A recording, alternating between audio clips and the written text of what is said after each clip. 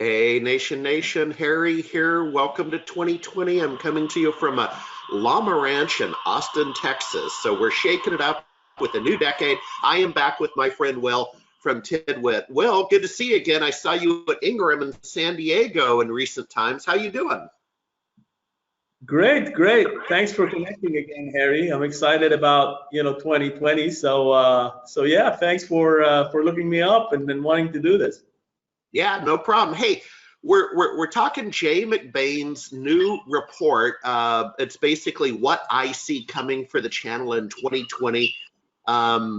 Jay, Jay McBain, what can I say? That guy is amazing. He is a beast. Took me a half hour to read his report. He has 10 points he's going over. I still don't understand it completely. So we're looking to smarter minds like you to talk about what is Jay McBain's report in your opinion? Well, the bottom line, I think, is what Jay, as one of the foremost thought leaders within the channel and ecosystem space, I think what Jay is trying to share is where things are headed and about the excitement that we're all seeing when it comes to the transformation of the channel into what's being termed the ecosystem paradigm, which presents a whole lot of opportunities for a lot of the channel folks. And so Jay outlines some of the exciting areas within channel and the differences really between channel and ecosystems. And then he kind of delves into some of the opportunities and the companies that are pure plays, such as Tidwit, that are involved or at the forefront of this, I guess, new paradigm and the change that's happening. Well, let's talk about that. So, folks, if you go up to our YouTube channel, you can see my interview with Will some time ago about Tidwit. But for those that haven't seen the interview, Will, what is Tidwit? What is your business model, my friend? You're in point number 6 on the pure play conversation.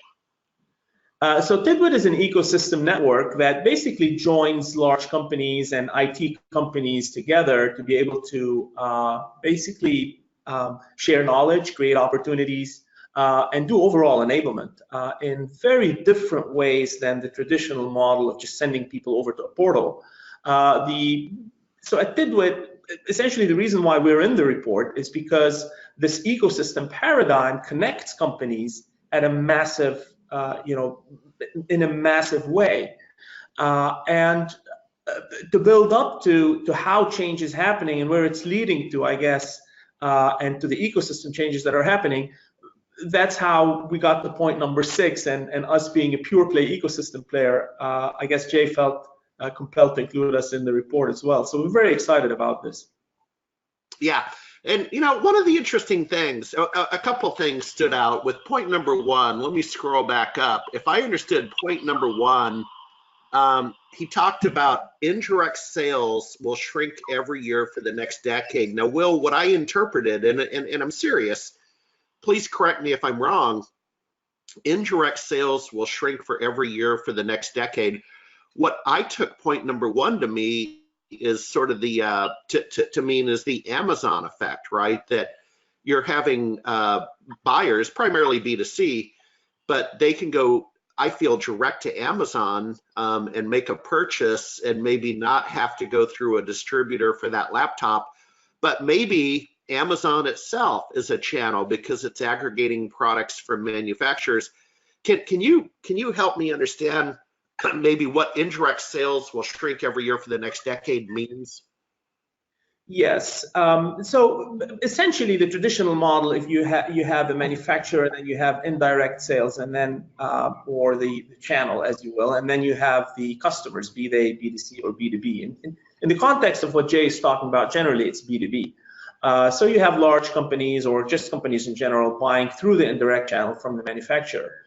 What's happening in the marketplace right now is you have a lot of transformation where, in place of having these indirects, you're having these very large marketplaces being established that connect the manufacturer directly to these buyers.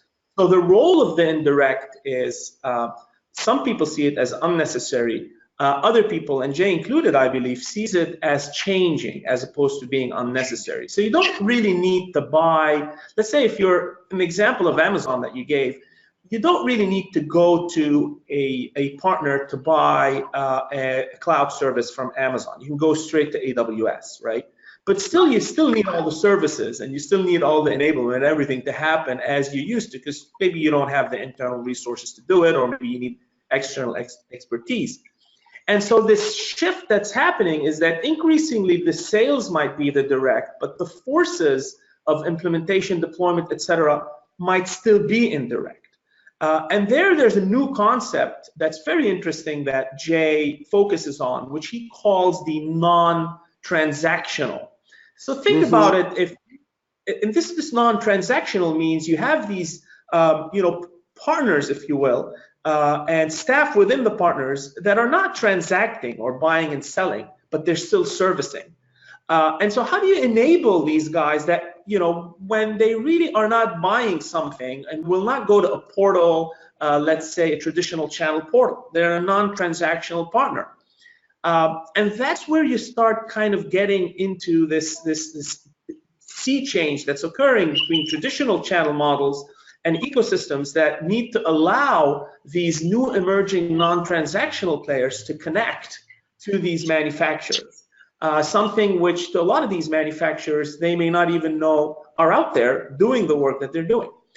So all of a sudden you have the large ISVs, think about the Microsofts, the Salesforces, et cetera, going from the traditional, okay, we want to have like a channel partner program of 10,000 partners to having programs that might reach out to 200, 300, 500,000 partners, many of which or most of which are non-transactional.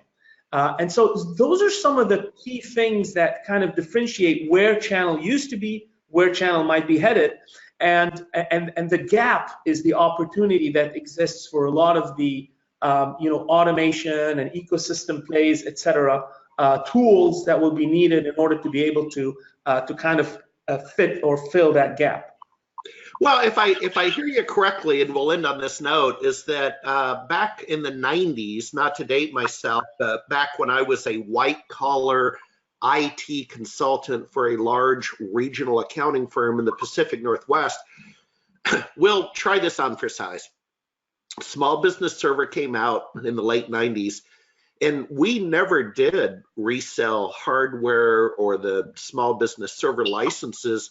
That would not have been a natural act for an accounting firm. That's not what they do. An accounting firm provides services, $150 an hour, $200 an hour. That's how we made our money. So we literally, would go to the client side, a real estate company, and I'd take the CEO's American Express card and order up what he needed, but I didn't make a single dollar on those Lenovo laptops, for example. My job was to be a consultant, a management consultant, a technology consultant. So what I'm hearing is maybe what's old is new, or we've come full circle. Does that make sense, that you're going to have to provide more business acumen and value as a partner rather than just being transactional? Correct. And you're going to have to find ways in order to be able to connect to these in non-traditional ways. Let me give you an example. And in this example, they'll remain unnamed, but these are two very large customers of ours that have traditionally wanted to connect to one another because they kind of resell some of their technologies, right? And in this case, when they asked for their two organizations to be connected together into a seamless ecosystem, they thought the population, that will be accessing all this knowledge in order to be able to do this consulting that you're mentioning about, that you just mentioned, would be around 5,000 people. Well, lo and behold, once they connected their ecosystems to one another into a single network, more than 30,000 people started basically accessing information. These 30,000 would have never gone to one portal or another portal, et cetera. They needed to be connected together seamlessly from wherever they were already at. This is the case of ecosystems replacing traditional channel models and essentially extracting huge value from both organizations that many within the two organizations never even thought are there. Now you can take that same model to what you just described of small businesses or SMBs trying to also access some of the resources in order of these large ISVs in order to either promote them or promote their own services without necessarily reselling. All of a sudden you have a flood of hundreds of thousands of these guys into an ecosystem that may or may not know they even exist.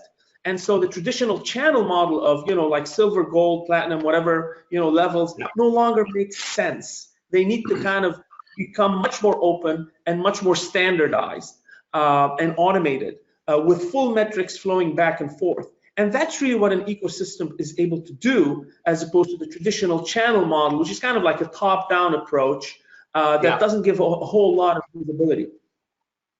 Yep. Well, Will, I'll tell you what, we're going to check in with you next quarter. I appreciate your time and helping me understand what I read with Jay McBain's What I See Coming in the Channel in 2020. Folks, see the link below for both Jay's report and Tidwit. Thank you very much, Will. You bet, Harry. Thanks.